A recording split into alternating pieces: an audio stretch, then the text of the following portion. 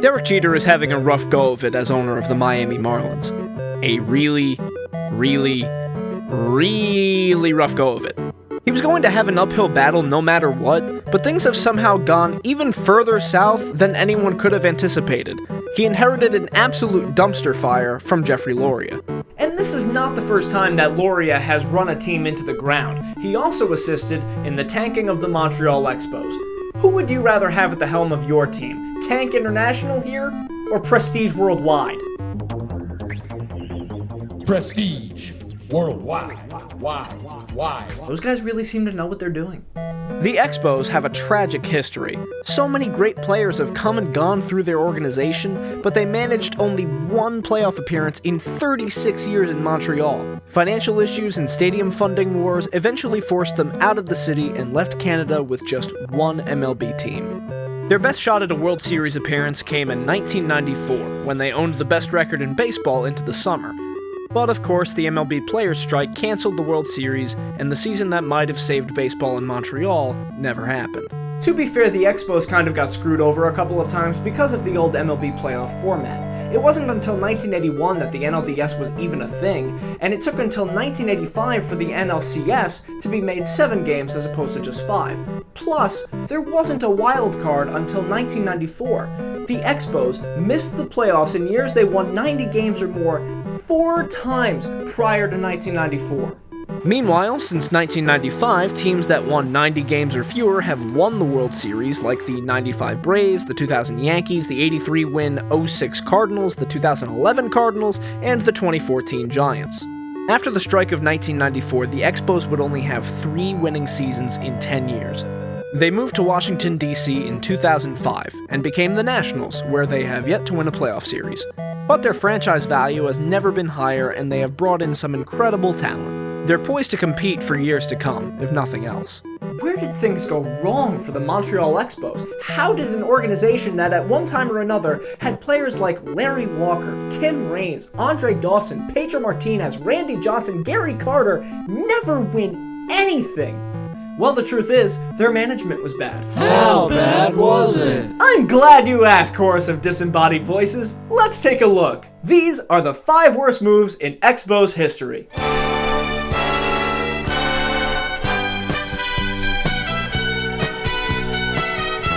Number 5. Trading for Cliff Floyd. And then trading away Cliff Floyd. We'll get to the debacle that was the 2002 Montreal Expos season in full a bit later, but for now, let's just focus in on this one particular move. Montreal was 10 games out of the playoffs on July 11th. They had just sold their entire farm system for Bartolo Colon, so their pitching looked okay.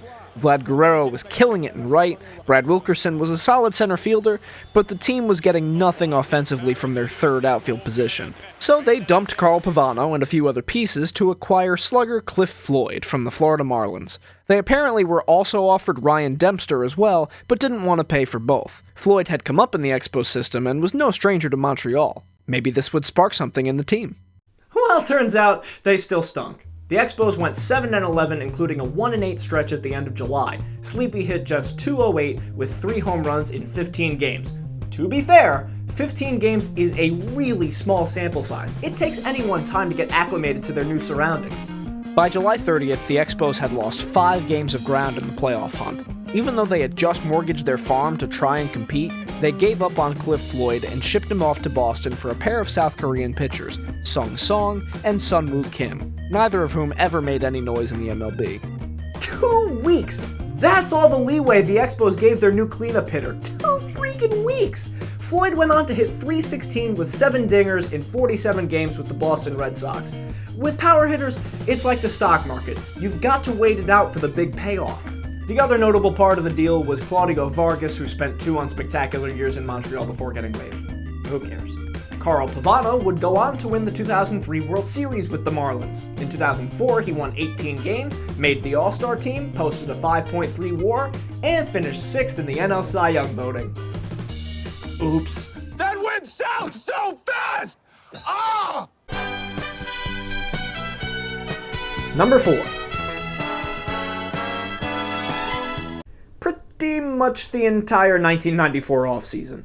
The 1994 strike mucked everything up in the world of baseball, but no team was hurt more than the Montreal Expos. It was the closest thing they had to a run at a World Series, and who knows, maybe it might have saved the franchise like a run to the ALCS did for the Mariners the following season in 1995. The Mariners are going to play for the American League Championship. I don't believe it. The owner at the time was a dude named Claude Brochu. Brochu was pretty much all alone in his baseball endeavors, because his co-owners viewed team ownership as more of a donation-type deal. Remember how Michael Scott goes to his Nana when funding the Michael Scott Paper Company and The Office? I like to picture the Expos that way. Have very, very busy schedules, so I appreciate you meeting with us here today. What this is a business that I have worked toward my entire life. Hey, I present to you the Dream Team. Moises Alou, left field.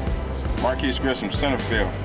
Barry Walker, right field. So after the 1994 season ends abruptly, Brochu knows he's got a team loaded with talent, but he can't keep everyone. He's got 5 players making above $1 million. Larry Walker, Marquise Grissom, John Wetland, Ken Hill, and Moises Alou. Of that group, Brochu was told he could keep 1. So when Larry Walker asked for a 4-year contract and a raise of $1.5 million, Montreal had to let him walk. He signed with Colorado for $5.5 million, which of course in today's day and age is laughable. What's even more laughable is that in 1996, he nearly won the NL batting Triple Crown and was awarded MVP that year. Grissom, Wetland, and Hill were all dumped for, well, let's face it, a whole lot of nothing, and Moises Alou was the one given the raise. I'm sure the fact that his dad Felipe was the manager had nothing to do with it. That'd be silly. Marquise Grissom caught the final out of the 1995 World Series with the Atlanta Braves. John Wetland led the league in saves in 1996 and recorded 4 more to win the World Series that year. Ken Hill won an AL pennant in 1995 with the Indians and finished 6th in the 1996 AL Cy Young voting. In 1995, the Expos played 30 more games than they had the year prior and won 31 fewer.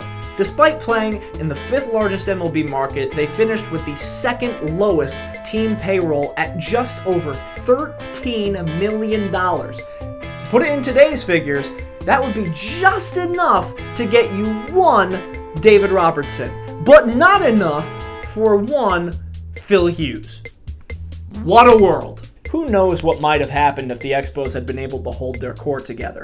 Instead, they operated on a shoestring budget and all but sealed their franchise's fate. To give you a visual metaphor,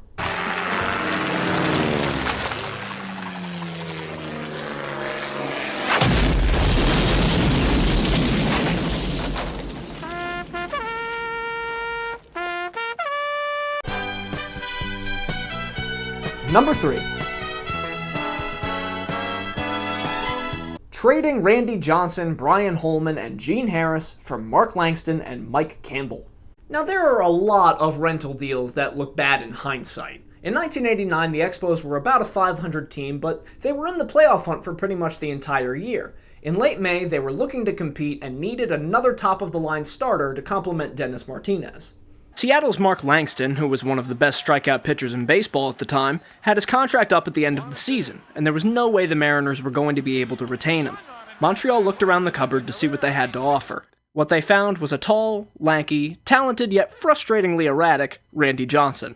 Johnson was 0-4 with a terrible ERA in 1989. His velocity was off the charts, but just couldn't spot his fastball or slider to save his life. So Johnson was packaged with depth starter Brian Holman, who had a couple of good years in Seattle, but unfortunately injuries prematurely ended his career. Langston, meanwhile, went 12-9 with a 2.39 ERA with the Expos. The problem?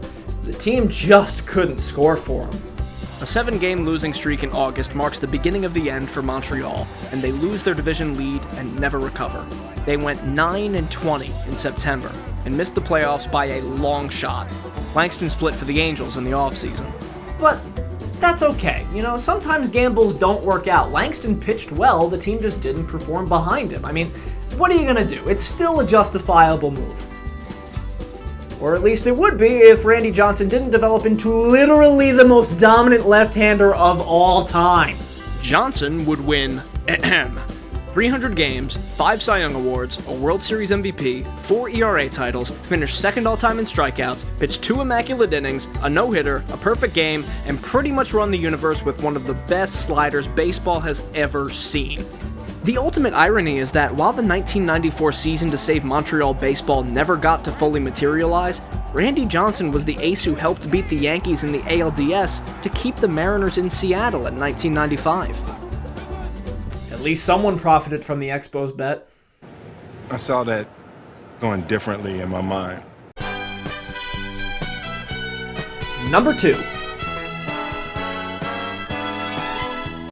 Trading Pedro Martinez for Carl Pavano and Tony Armas.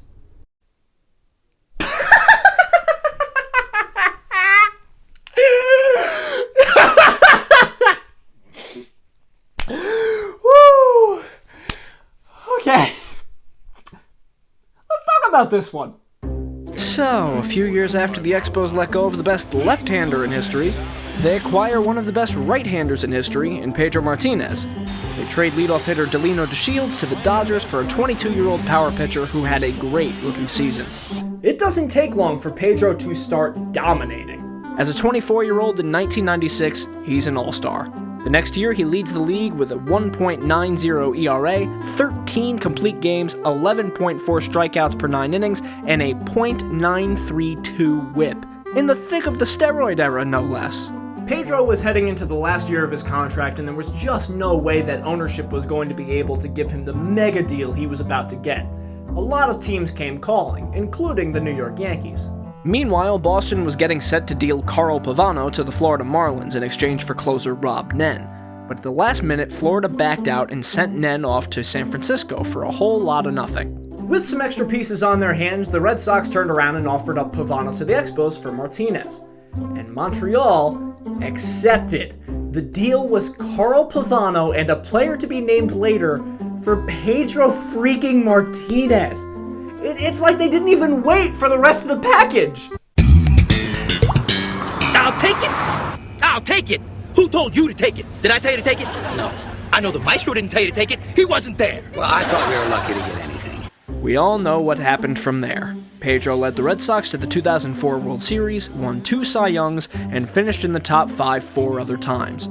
As for Carl Pavano, well, we touched on how he experienced success in Florida after getting traded from the Expos, but what about before? He went 24-35 with Montreal with a 4.83 ERA. It's amazing. The Expos made a mistake in trading for him and trading him away. It's a double whammy! After 2 good years in Florida, he signed a lucrative deal with the New York Yankees, where he would have one of the most maligned careers in recent memory. Injuries hampered him at every turn. Teammates hated him and thought he had a big ego and a trash work ethic. Just ask Mike Mussina, who said that Pavano's lack of desire left a, quote, bad taste in his mouth. Teammates would rag on him for getting injured, even putting a newspaper headline that said crash test dummy in his locker after a car accident that broke 2 of his ribs. The nature of his injuries were absurd, and with the exception of one more good year in 2010 with Minnesota as a 34-year-old, his career flopped. Tony Armas Jr., amazingly, the player to be named later, would have a much more successful tenure in Montreal. And the icing on the cake?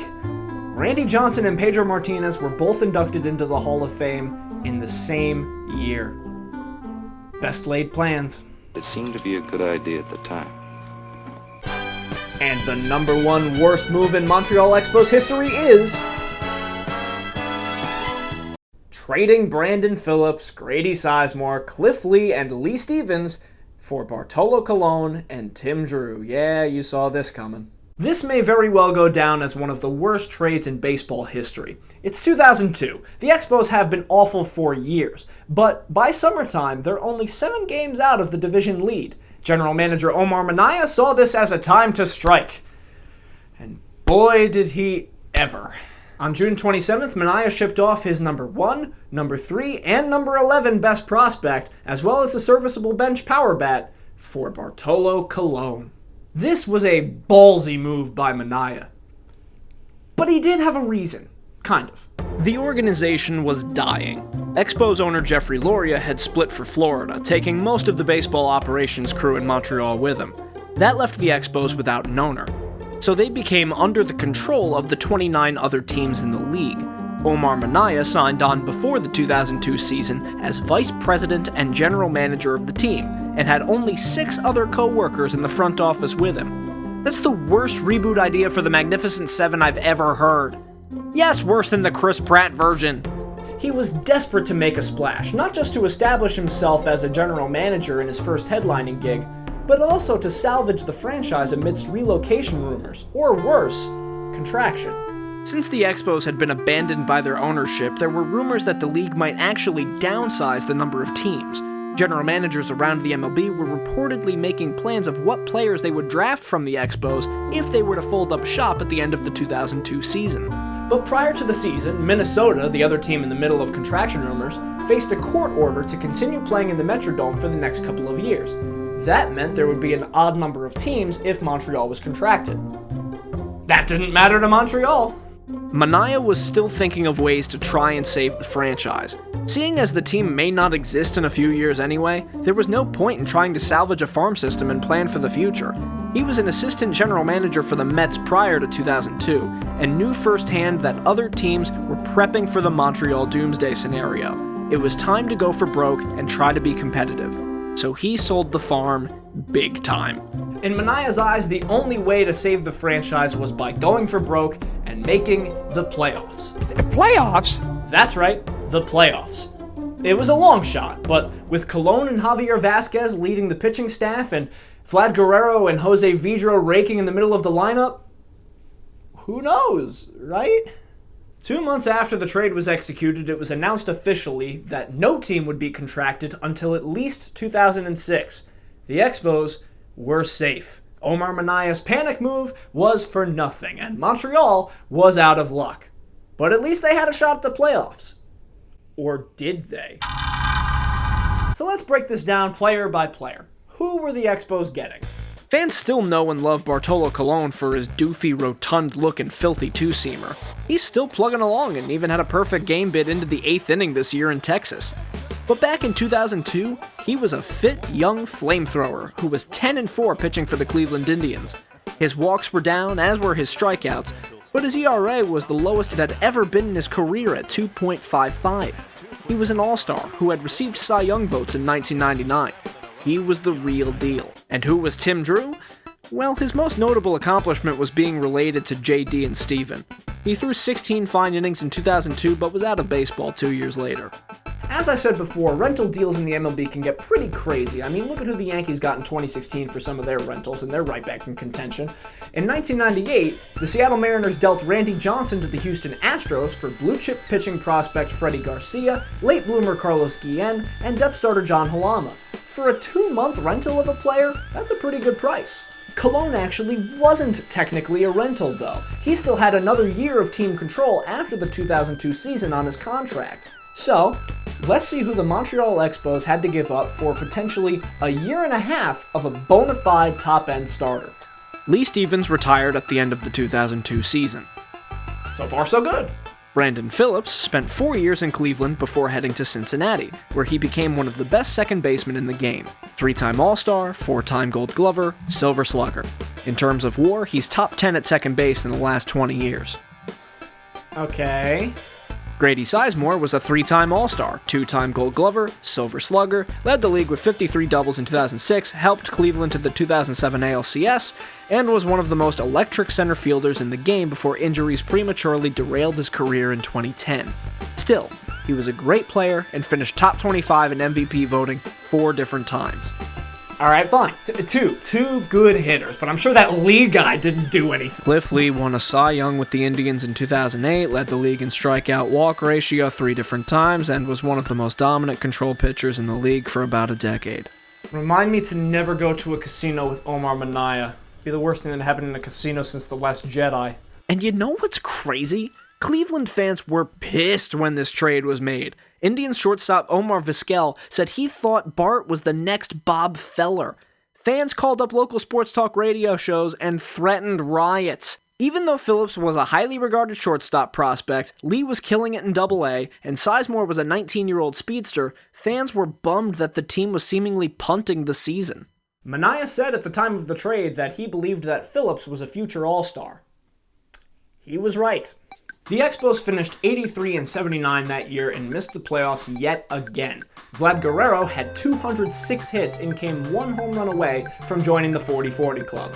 Only Alex Rodriguez and Barry Bonds had better WARs that season as a position player. Colon won 10 games in Montreal, finishing with 20 on the season. But at the end of the year, Omar Minaya and the Expos were not allotted enough money in their budget by the other 29 owners in the league to retain Colon's contract for the next season. Thus, they were forced to trade away Bartolo Colon to the Chicago White Sox. But okay, this is a chance to get a good haul. So, what did they get in exchange for Bartolo Colon 20-game winner? Well, they got Orlando El Duque Hernandez, who tore his rotator cuff and never threw a pitch for the Montreal Expos. But they also got Rocky Biddle, who was a sucky middle reliever. But they also got Jeff Leafer, who was a sucky backup outfielder. This whole trade was sucky. In my opinion, that sucked. Who knows where the Expos might have gone if they had held on to their future stars at second, center, and the mound. It wouldn't have saved the franchise or anything, but maybe the Washington Nationals would have made some noise earlier on after moving. And you know what? I happen to be of the belief that baseball can work in Montreal. Yeah, if expansion ever hits there, I'm all for it. But the Expos were a dumpster fire, and their incompetent penny pinching from the top down was just embarrassing. But hey, at least Omar Minaya isn't still in baseball. I mean, can you imagine someone who's made so many terrible moves still having sway over an MLB team? Fuck!